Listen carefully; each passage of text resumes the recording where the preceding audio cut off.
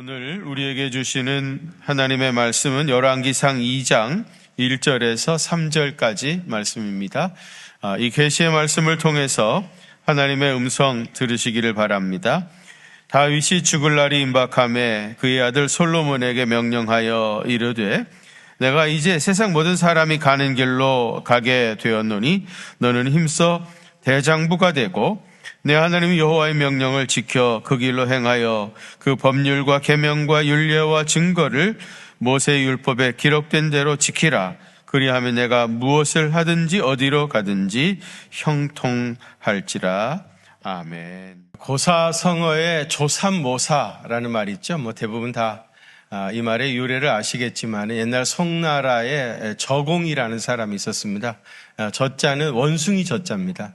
이 사람 원숭이를 굉장히 좋아했었던 것 같아요. 그래서 원숭이를 자기 집에서 몇 마리 데려다가 키우기 시작했는데 이 원숭이들이 새끼를 많이 낳아가지고요. 나중에는 수가 너무 많아서 도저히 원숭이들을 제대로 먹일 수가 없었습니다. 할 수 없이 어느 날 자기 집에 원숭이들을 아침에 불러 모아가지고 이제 내가 아침에는 열매를 3개 그리고 저녁에는 4개 주겠다. 그렇게 알아라. 그리고 원숭이들이 대물을 하더랍니다. 안 된다고. 그래서 이 저공이 말을 바꿨어요. 그러면은 아침에 4개 주고 저녁에는 3개 주겠다. 그러니까 원숭이들이 좋다고 그러더랍니다. 사실은 7개 마찬가지인데 이 조삼모사라고 하는 말의 의미가 뭐죠? 지금 당장 코앞에 현실만 생각하고 미래를 준비하지 않는 사람들을 얘기하죠. 사실 여러분 눈앞에 있는 현실의 이익만 생각하다가 나중에 더 좋은 것을 놓치는 경우들이 많이 있습니다. 코앞에 현실만 생각하지 말고 우리에게 더 좋은 것이 무엇인지를 진지하게 생각하셔야 합니다. 찰스 슈멜이라고 하시는 분이 이런 얘기를 했어요. 우리들이 삶에서 만나는 온갖 딜레마는 시간과 물질의 부족에서 오는 것이 아니고 일의 우선순위를 잘못 선택함에서 온다. 그런 얘기를 했어요. 살다 보면 이런저런 어려운 일들을 많이 당하잖아요. 그런데 그런 어려움을 당하게 되어지는 이유는 시간이나 물질이 근본적으로 부족해서 그런 것이 아니고 우선순위를 제대로 하지 못해서 그렇다는 거죠. 사실은 모든 사람이 시간이나 물질을 무제한 가지고 있을 수는 없죠. 누구나 다 제한적인 시간과 물질을 가지고 있어요. 그렇기 때문에 그 자기에게 주어진 시간과 물질을 우선순위를 잘 정해가지고 잘 관리해 가게 되어지면 보다 풍성하고 의미 있는 삶을 살아가게 되어지는데 이걸 제대로 잘못하지 못하면 많은 삶의 딜레마들이 찾아온다. 그런 얘기입니다. 여러분은 어떠하십니까? 어리석은 원숭이처럼 당장 눈앞에 보이는 어떤 이익 때문에 더 큰 것을 놓치고 있지는 않습니까? 우리 예수 믿는 사람들에게 있어서 제일 중요한 게 뭐예요? 우리는 예수님 잘 믿는 것, 신앙생활 하는 것, 이것이 우리 삶에 제일 중요한 거다. 이론적으로는 알고 있죠. 그렇지만은 먹고 살기 바쁘다 보니까 하나님은 언제나 뒷방 영감처럼 제쳐놓고 살 때가 많이 있습니다. 오늘은 다윗이 그의 아들 솔로몬에게 남긴 유언을 통해서 우리가 무엇보다 우선적으로 해야 할 것이 무엇인가를 생각해보는 시간이 되시기를 바랍니다. 2절에 보시면은 내가 이제 세상 모든 사람의 가는 길로 가게 되었노니 라고 했는데요. 여러분 다윗이 말하는 세상 모든 사람이 가는 길이 뭐겠어요? 세상 모든 사람이 다 예외 없이 가는 길? 죽음의 길이죠. 다윗은 자신의 죽음을 지극히 자연스러운 것으로 받아들이고 있습니다.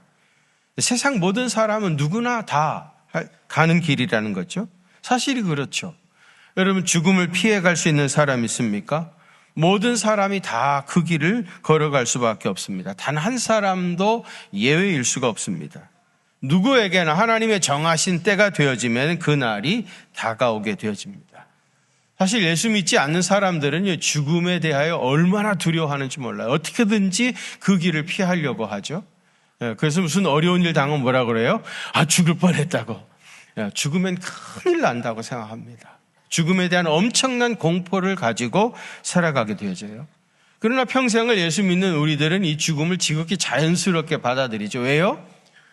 우리는 이 죽음을 통해서 우리가 평생 사모하던 하나님의 나라, 천국에 이르게 되어지니까 이 죽음이 천국 생활을 활짝 열어주는 그 길이기 때문에 우리는 죽음을 아주 자연스럽게 받아들일 수 있습니다.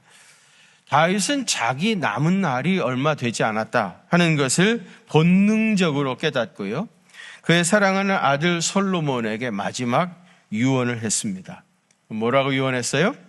오늘 보면 2절과 3절입니다. 2절, 3절 한번 같이 봉독하실까요? 시작.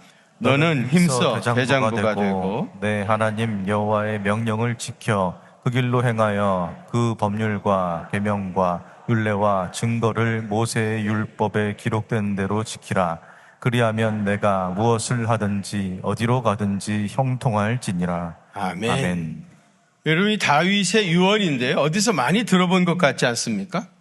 사실은 다윗이 이거를요 순수하게 지어낸 그의 창작품이 아닙니다.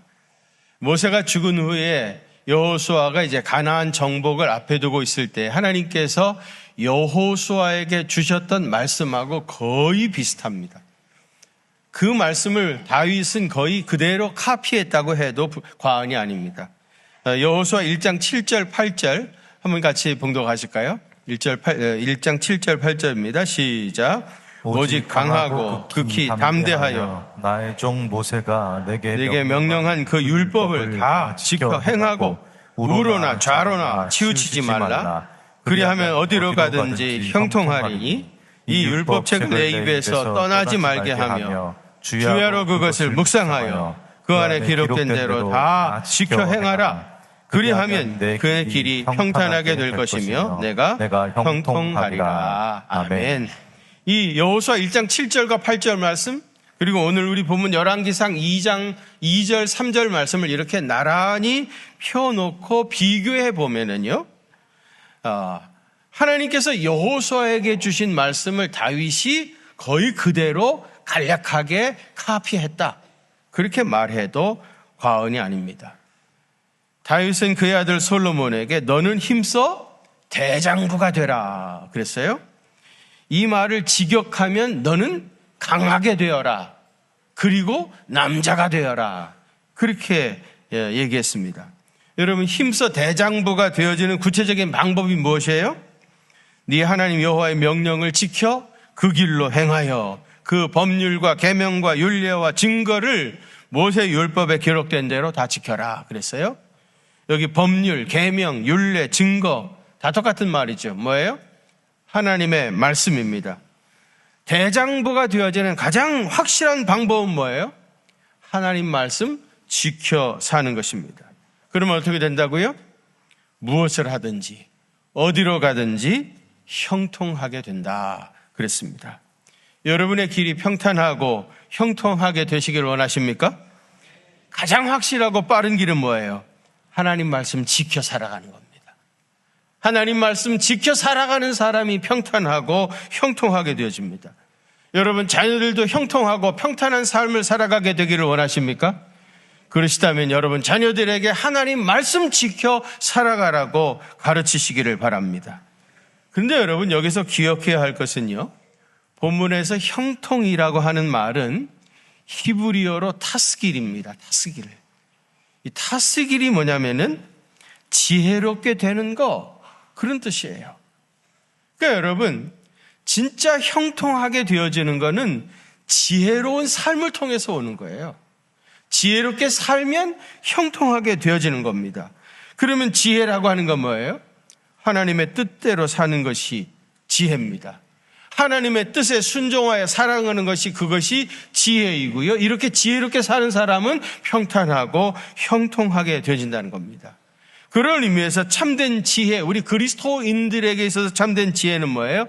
하나님의 뜻하고 나의 뜻을 일치시키는 겁니다.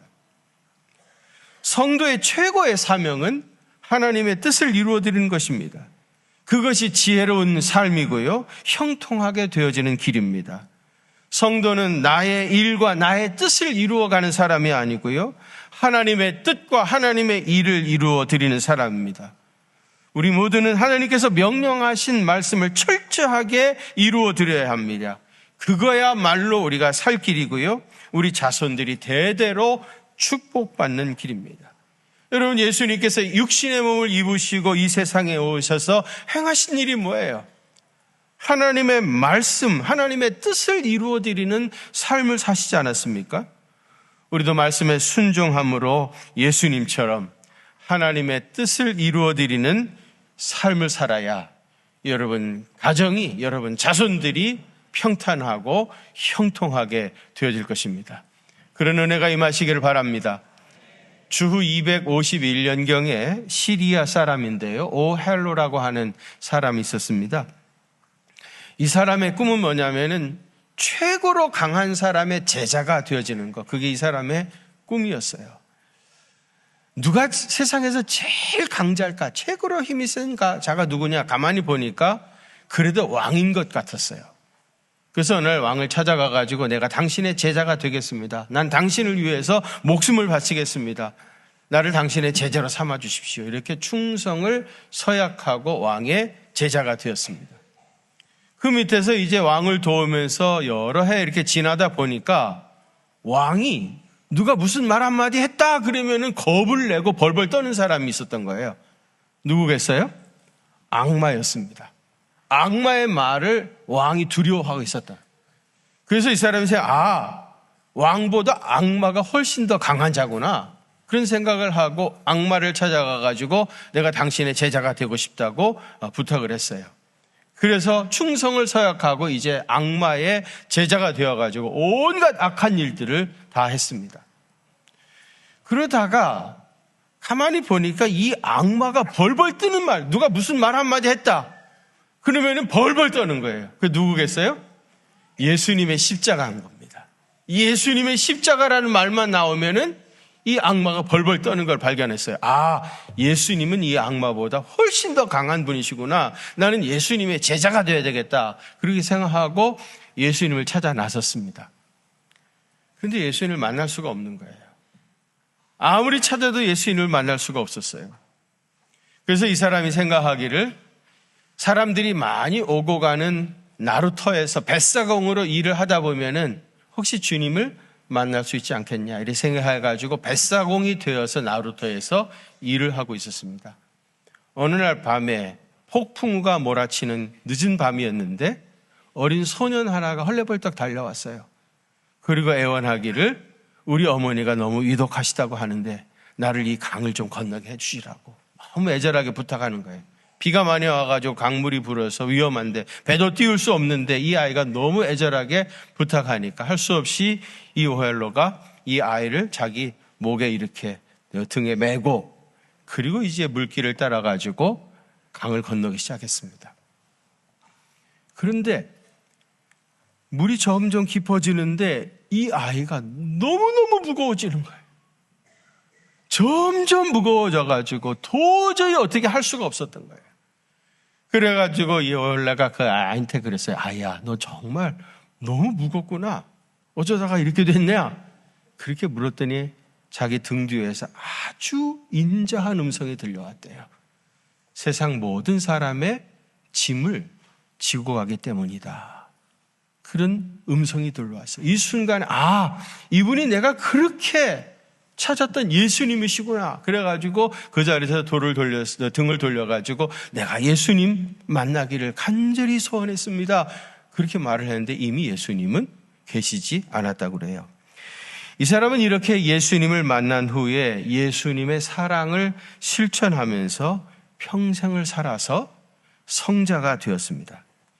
그리고 이 사람이 죽은 후에 사람들이 그에게 크리스토퍼라고 하는 이름을 붙여줬습니다. 크리스토퍼는 무슨 뜻입니까? 그리스도를 등에 업은 대장부라는 뜻입니다. 지금도 카톨릭 교회에 가면은 7월 25일 날을 이 크리스토퍼 성자의 축일로 지키고요. 또 동방 정교회에서는 5월 9일 날을 성자 크리스토퍼의 축일로 지킵니다.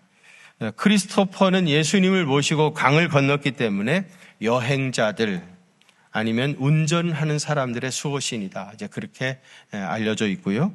그 다음에 무거운 짐을 졌기 때문에 짐꾼, 또 육체 노동자들의 수호신이라고 알려져 있는 사람입니다. 여러분, 우리는 성자 크리스토퍼처럼 예수님을 등에 업고 평생을 살아가야 합니다. 여러분, 예수님을 등에 지고 가려면 몹시 무겁습니다. 많이 힘듭니다. 그럼에도 불구하고 포기하지 말고 그 길을 걸어가야 합니다. 아버지가 예수님을 등에 업고 가다가 지쳐서 쓰러지면은 그 자녀들이 대를 이어 지고 가야 합니다. 우리는 그 길이 고난의 길이라는 걸 알면서도 우리는 그 길을 끝까지 걸어가야 합니다. 왜냐하면 그 길 끝에 우리 주님이 계시기 때문입니다. 자자손손 대대로 그리스도를 등에 지고 걸어가는 기독교 명문 가문 다 이루시기를 주의 이름으로 축원합니다. 이제는 우리 구주 예수 그리스도의 그 크신 은혜와 하나님 우리 아버지의 무한하신 사랑하심과 성령님의 위로하심과 교통하심이 우리 경기중앙교회 사랑하는 성도들과 또 저들의 가정과 그 생업의 현장들 위에, 그리고 우리 자라나는 다음 세대의 미래 위에 이제로부터 영원토록 함께 계시옵기를 간절히 축원하옵나이다. 아멘.